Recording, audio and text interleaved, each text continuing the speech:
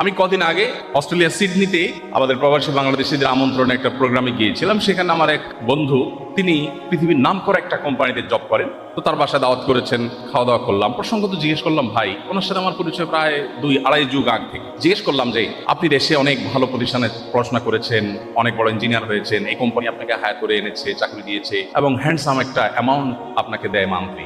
আপনি মূলত আপনার পুরো জীবনে স্কুলে পড়েছেন কলেজে যাওয়ার জন্য, কলেজে পড়েছেন বিশ্ববিদ্যালয়ের জন্য, বিশ্ববিদ্যালয়ে পড়েছেন চাকরির জন্য, সেই চাকরি পেয়েছেন, এখন আপনার জীবনের ফাইনাল স্টেজে আছেন, এখন শুধুমাত্র টাকা।